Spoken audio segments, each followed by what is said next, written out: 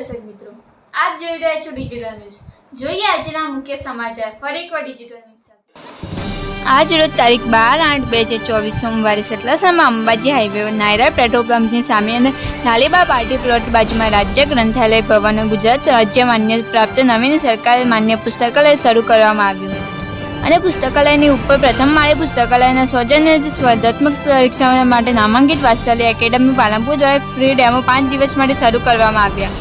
અને ગઢવાડા વિસ્તારમાં વિવિધ પરીક્ષાઓની તૈયારી કરતા મોટી સંખ્યામાં યુવાનો અને યુવતીઓએ પુસ્તકાલય અને ડેમો ક્લાસીસમાં ભાગ લીધો। અને શરૂઆતમાં સંચાલક શ્રી દિલીપભાઈ આર પટેલ અને વિકે પટેલ દ્વારા ડૉક્ટર રાકેશભાઈ આર જોશી તેમજ વાત્સલ્ય એકેડમી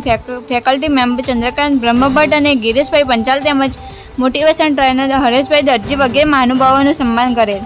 ત્યારબાદ ડૉક્ટર રાકેશભાઈ જોશીએ તેમને આગવી શૈલીમાં પરીક્ષાની તૈયારી કરવા બાબતે ખૂબ જ વિસ્તૃત માહિતી આપી અને ત્યારબાદ મોટિવેશન ટ્રેનર દરજી હરેશભાઈએ પણ તેમની દાદાદાર સમજવા પરીક્ષાની તૈયારી કરવા હાજર યુવાનો અને યુવતીઓને પ્રોત્સાહિત કર્યા અને હરેશભાઈ અને ગિરીશભાઈએ પણ એકેડમી અને સ્પર્ધાત્મક પરીક્ષાઓની એકેડમી બાબતે માહિતી પૂરી પાડી।